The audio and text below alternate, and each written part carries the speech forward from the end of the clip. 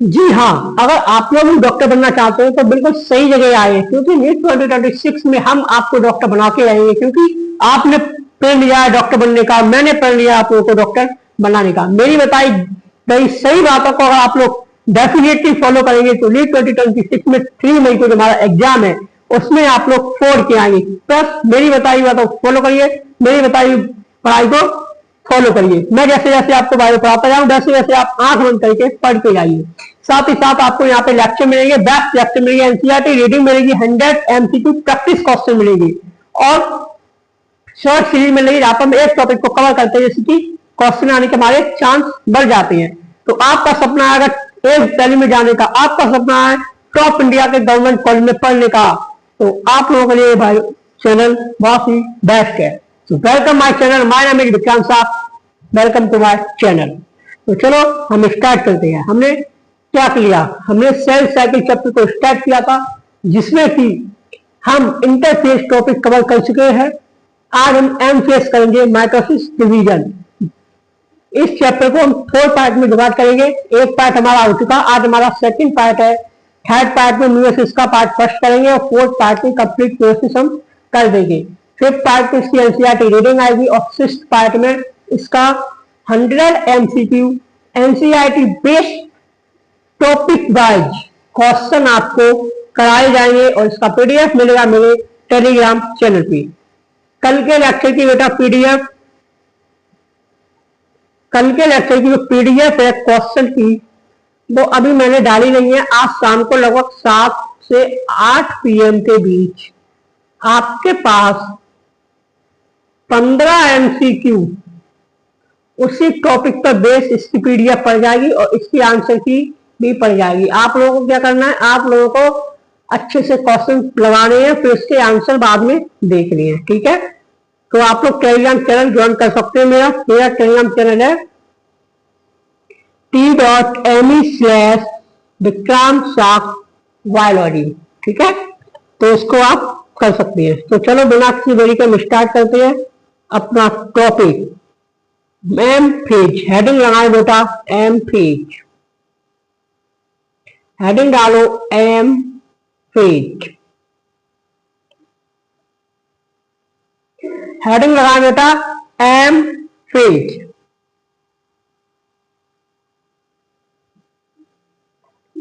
M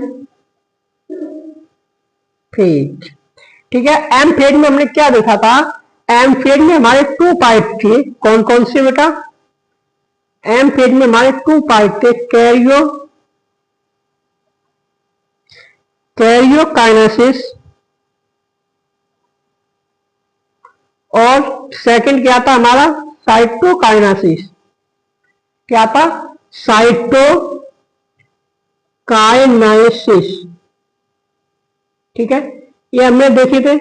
अब karyokinesis में क्या होता है, कैरियोकाइनेसिस में हमारा क्या होता है, न्यूक्लियर डिवीजन होता है, NUCLEUS, न्यूक्लियस डिवीजन, यानी कि न्यूक्लियस में डिवीजन होता है।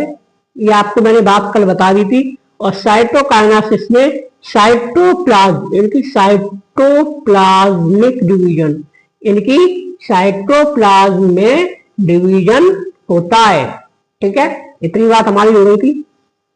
अब हम देखेंगे कि कैरियोकाइनेसिस में डिवीजन कैसे होता है, साइटोकाइनेसिस में डिवीजन कैसे होता है। तो कैरियोकाइनेसिस में डिवीजन के लिए हम एक सेल बनाएंगे जो कि अपनी लाइफ में बहुत ही हैप्पी है बेटा। अपनी लाइफ में ये सेल बहुत हैप्पी है। देखो कितनी हैप्पी है ये सेल। ये हमारी एक सेल है, ठीक है, सेल, इसका ये हमारा न्यूक्लियस है। कैरियोकाइनेसिस में कैसे डिवाइड करेगी ये हमारी सेल,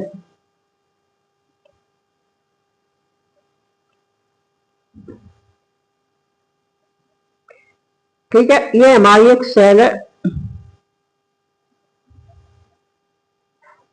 ठीक।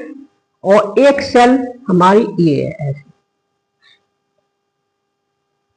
ठीक है। यहां पर क्या होगा, यहाँ पर न्यूक्लियस डिवीजन होगा, यानी कि यहाँ पे न्यूक्लियस डिवीजन हो गया, ये हमारा न्यूक्लियस है। और ये इस सेल से दो सेल बनेंगी, ये हमारा साइटोप्लाज्मिक डिवीजन हो गया। समझ गए? अब हेडिंग लगाएं बेटा प्रोफेज, हेडिंग लगाएं प्रोफेज, PROPHASE। ये सिंगल नोट्स आपको मिलेंगे, चिंता मत करो, पूरी यूनिट के एक साथ में नोट्स लूंगा। तब तक के लिए आप लोग मेरे साथ साथ लिखा करें, ठीक है। प्रोफेज, प्रोफेज में क्या होता है, प्रोफेज में क्या होता है, तो एक हम बनाएंगे बेटा, यहाँ पे लिखो, एक यहाँ पे लाइन कर दो,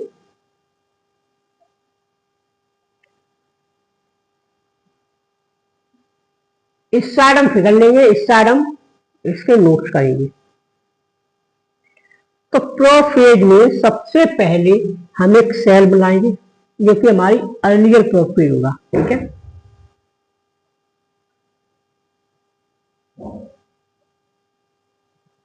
ये रही। अब यहाँ पे हमारे क्रोमोसोम्स हैं, अंदर एक हमारी ये क्या है, न्यूक्लियर मेम्ब्रेन है, ठीक है। ये हमारी सेल थी और ये हमारी न्यूक्लियर मेम्ब्रेन। अब यहाँ पे बेटा क्रोमोसोम्स पड़े हुए हैं,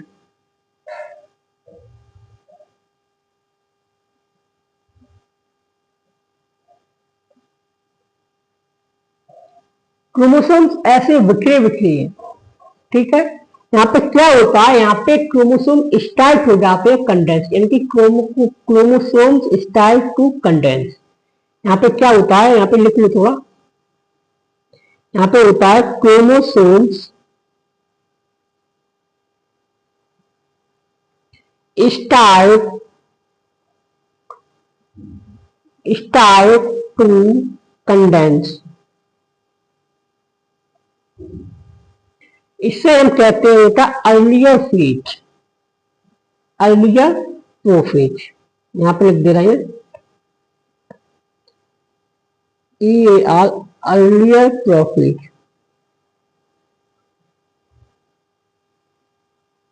अब ये हमारा आता है यहाँ पे लेट प्रोफेज। यहाँ पे क्या होगा, लेट प्रोफेज में हमारी न्यूक्लियर मेम्ब्रेन है वो डिसअपीयर होती है, न्यूक्लियर मेम्ब्रेन बेटा डिसअपीयर होने लगी और क्रोमोसोम्स कुछ ऐसे यहां पे हैं,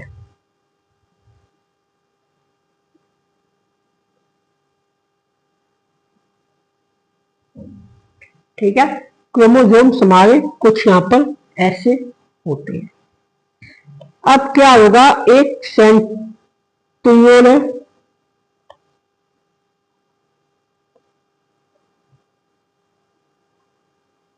और एक सेंट्रियोल ये है, ठीक है। अब यहां पर ट्यूबुलिन प्रोटीन, ऐसी प्रोटीन बन जाती है जिन्हें हम माइक्रोट्यूब्यूल कहते हैं, फिर क्या कहते हैं, माइक्रोट्यूब्यूल्स कहते हैं। और ये जो दो बनते हैं इसे हम कहते हैं एस्टर फॉर्मेशन, इसे हम कहते हैं एस्टर फॉर्मेशन, एस्टर फॉर्मेशन। इसके अंदर बेटा क्या होता है, इसके अंदर सेंट्रियोल होती है, इसके अंदर क्या होता है, इसके अंदर यहाँ पे सेंट्रियोल होते हैं छोटे से दो तरीका के, ठीक है। इसे हम कहते हैं सेंट्रियोल।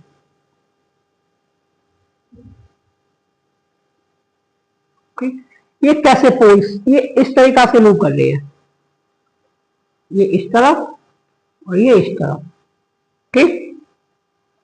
इसे कहते हैं हम लेट प्रोफेज। तो लिखो बेटा प्रोफेज में क्या क्या होता है, अभी मैंने आपको बताया। प्रोफेज में क्या होता है, सबसे पहले क्या होता है, न्यूक्लियर मेम्ब्रेन डिसअपीयर होने लगती है, न्यूक्लियर मेम्ब्रेन डिसअपियर होने लगती है, डिसअपियर। इसके साथ साथ Golgi complex, endoplasmic reticulum also disappear, disappear होने लगते हैं। ठीक है, क्रोमोसोम्स कंडेंस होता है बेटा, क्रोमोसोम्स कैसा होता है, CHRO, क्रोमोसोम कंडेंस। और सेंट्रियोल मूव टूवर्ड्स पोल, यानी कि सेंट्रियोल है वो मूव करती है टूवर्ड्स पोल की। Centriole move moves towards poles, POLES। इनकी ये सेंट्रियोल में देखो ऐसे यहाँ पे समझो, ये हमारी क्या है, तो सेंट्रियोल ये जो यहाँ पे पड़ी है, तो ये इस तरीका से मूव करती है कि टूवर्ड्स मूव करती है, ये इस यहाँ पे मूव करेगी और ये यहाँ पे मूव करेगी। ठीक है, मूव करती है। नेक्स्ट हेडिंग रहा है बेटा हमारा क्या है, next heading metaphase. Next heading हमारी क्या है, मेटाफेज। ये तो हो गया हमारा प्रोफेज। नेक्स्ट हेडिंग आएंगे META, मेटाफेज। नेक्स्ट हेडिंग हमारी मेटाफेज। एक मिनट बेटा,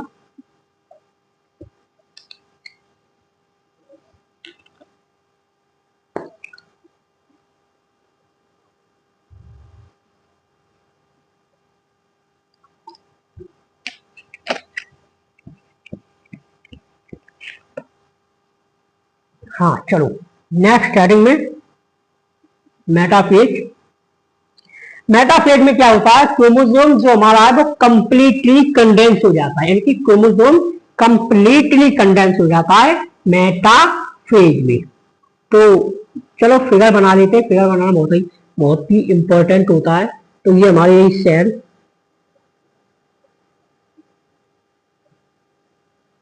यहाँ पे क्रोमोसोम्स कैसे होते हैं, क्रोमोसोम्स जो है वो कंप्लीटली कंडेंस होकर एक सेंटर पे आ जाते हैं। जैसे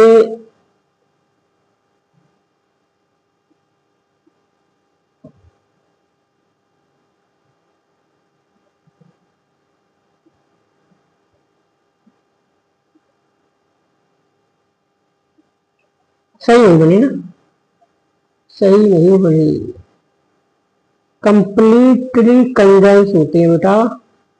तो कुछ इस तरीका से बना लो। ठीक है, सेंटर पे ही मान लो, इसे सेंटर पे ही है, तो ये है सेंटर पे। ये जो इसकी सेंटर, ये इसकी सेंटर प्लेट मान लो इसे। तो इस प्लेट को कहते हैं मेटाफेज प्लेट। क्या कहते हैं, मेटाफेज, मेटाफेज प्लेट। ठीक है, ये सेंट्रियोल से बेटा यहाँ पे अटैच होती है, सेंट्रियोल से, जो ये सेंट्रियोल है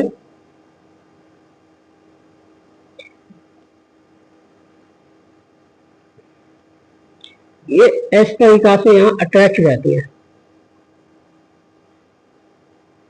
तो ये कहां पर अटैच होते हैं, काइनेटोकोर। इस एरिया को क्या कहते हैं, काइनेटोकोर। क्या कहते हैं इस एरिया को, इस एरिया को कहते हैं बेटा काइनेटोकोर,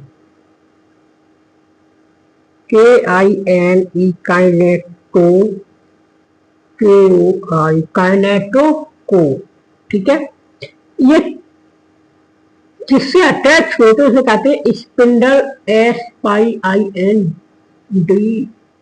स्पिंडल फाइबर। क्या कहते हैं, spindle fibre, SPINDL, spindle fibre. Spindle की स्पेलिंग देखिए गड़बड़ हो गई है, स्पिंडल फाइबर। तो यानी कि मेटाफेज में क्या होता है, मेटाफेज में जो हमारा क्रोमोसोम है वो कंप्लीटली कंडेंस हो जाता है। लेकिन मेटाफेज में जो हमारा क्रोमोसोम है वो कंप्लीटली कंडेंस हो जाता है और जिस प्लेट पे होता है उसको कहते हैं मेटाफेज प्लेट। ठीक है, तो लिखो थोड़ा मेटाफेज में हम लिखते हैं, क्या लिखेंगे, condense of chromosomes is complete, condense of chromosome of chromosome SOME chromosome is complete, यानी कि क्रोमोसोम कंप्लीट कंडेंस हो जाती है। आगे क्या होता है, metaphase chromosomes is made up of, लिखो metaphase, metaphase chromosome is made up of, is made up of किसका, is made up of two sister chromatid, two sister chromatid, two sister chromatid। ठीक है, अब जो ये स्पिंडल फाइबर होते हैं बेटा, ये जो स्पिंडल फाइबर होते हैं ये अटैच होते हैं किससे, काइनेटोकोर से। तो SPINDLE स्पिंडल फाइबर, FIBR ये फाइबर है, ये अटैच होते हैं, क्या होते हैं, अटैच्ड किससे, काइनेटो, काइनेटोकोर से अटैच्ड होते हैं स्पिंडल फाइबर। ये नीट का बहुत ही इंपॉर्टेंट और बहुत ही तगड़ा पीवाईक्यू है बेटा, जो कि 2024 में पूछा गया था और इस क्वेश्चन को 2022 में भी पूछा गया है। तो जो स्पिंडल फाइबर होते हैं वो कहां पर अटैच होते हैं, वो अटैच होते हैं काइनेटोकोर से।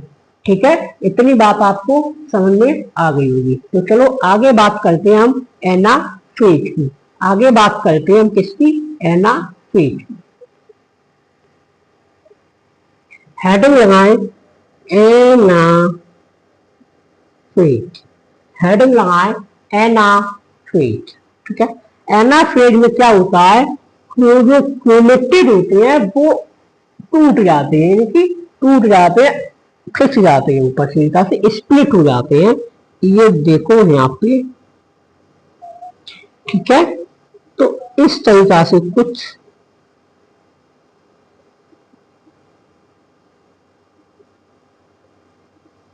ठीक है,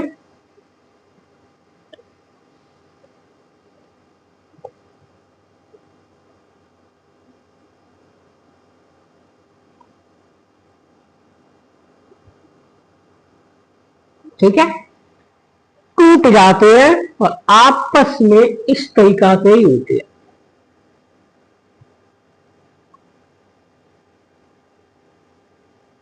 और ये कैसे जुड़ते हैं, ये कैसे जुड़ते हैं, देखो ये हमारी है, यहाँ पे बेल बनाने की जरूरत नहीं है। ठीक है, ये इस तरीका से जुड़ जाते,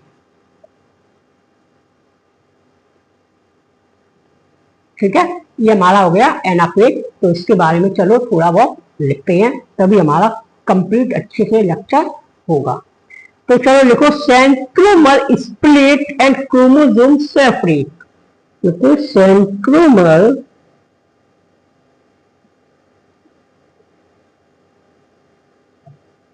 स्प्लिट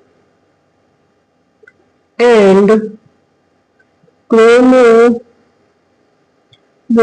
हमारे सेपरेट हो जाती है। थोड़ा बेटा राइटिंग में सुधार कर लेंगे हम, तब तक के लिए आप लोग मैनेज करते रहे। ठीक है, आगे क्या होता है, chromatid move to opposite poles.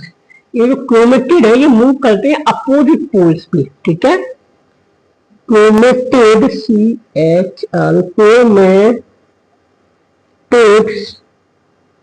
Move opposite poles, ठीक है, अपोजिट पोल्स। अब लास्ट हमारा लग गया बेटा टेलोफेज। तो आप लोग बताओगे कि टेलोफेज कैसा होता है, यानी कैसे करते हैं हम टेलोफेज को, ठीक है। तो टेलोफेज को लिखो, हेडिंग लगाओ हमारी telophase.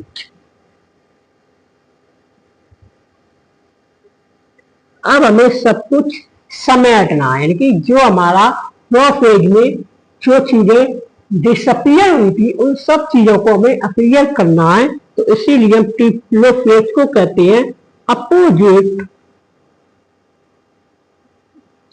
Prophase. Prophase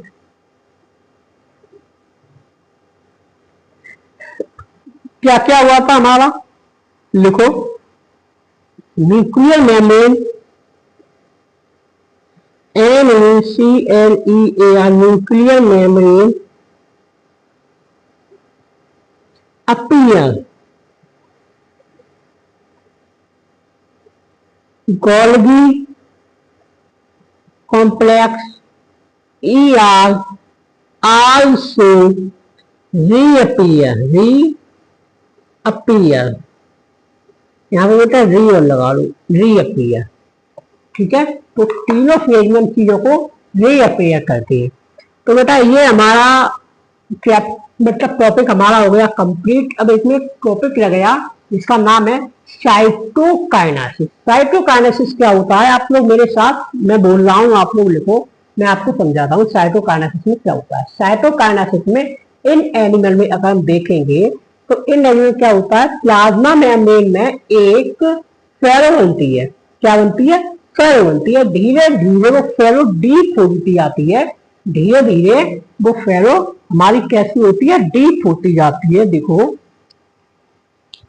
plasma membrane में एक फेरो बनती है और फेरो हमारी धीरे धीरे डीप होती जाती है। कैसी होती जाती है, डीप होती जाती है और सेंटर से जाके जुड़ती है, सेंटर पे जुड़ती है, जिसमें सेंटर में साइटोप्लाज्मा फिर दो भागों में हमारा बट जाता है। तो इस तरीका से जैसे एनिमल सेल है तो इस तरीका से जुड़ती है, इस तरीका से, ठीक है, इस तरीका से। और प्लांट की बात करेंगे तो प्लांट सेल में बॉल पाई जाती है, बॉल फॉर्मेशन होता है, लेकिन देखो बॉल फॉर्मेशन होता है सेल के सेंटर से शुरू होकर बाहर की ओर ग्रो करती है, ठीक है। प्लांट सेल में सेल फॉर्मेशन के सेंटर से शुरू होकर बाहर की ओर ग्रो करती है, ठीक है। तथा लेटरल बॉल से जुड़ जाती है। कहां से जुड़ती है, लेटरल बॉल से जुड़ जाती है। सेल वॉल फॉर्मेशन एक सिंपल प्रोसीजर है, सिंपल प्रीक्यूजर है, ठीक है, जो प्रारंभ से होता है, जिसे सेल प्लेट कहते हैं, बाद में मिडिल लेमिला में बदल जाता है और वो दो आई सेल में बदल जाती है। तो ये हमारा हो गया बेटा साइटोकाइनेसिस। तो ऐसे ही मजेदार पढ़ते रहे, नीट 2026 में हम जरूर छोड़ेंगे, ये आपका मेरा, आप लोग कॉन्फिडेंस से पढ़ाई करते रहिए। अगर आप लोग को इसका भी वो चाहिए क्या, अगर आप लोगों को इसको भी वो चाहिए वो पे PDF क्वेश्चन, तो आप लोग मेरा टेलीग्राम चैनल है उससे ज्वाइन कर सकते हैं, जिसका नाम है t.me/विक्रांत साक्य बायोलॉजी, ठीक है। तो पढ़ाई करते रहे, अल्लाह बढ़िया।